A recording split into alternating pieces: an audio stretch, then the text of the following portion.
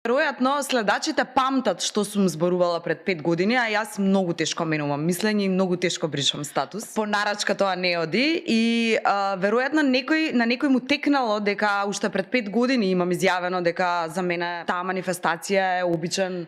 збир на добри пријатели и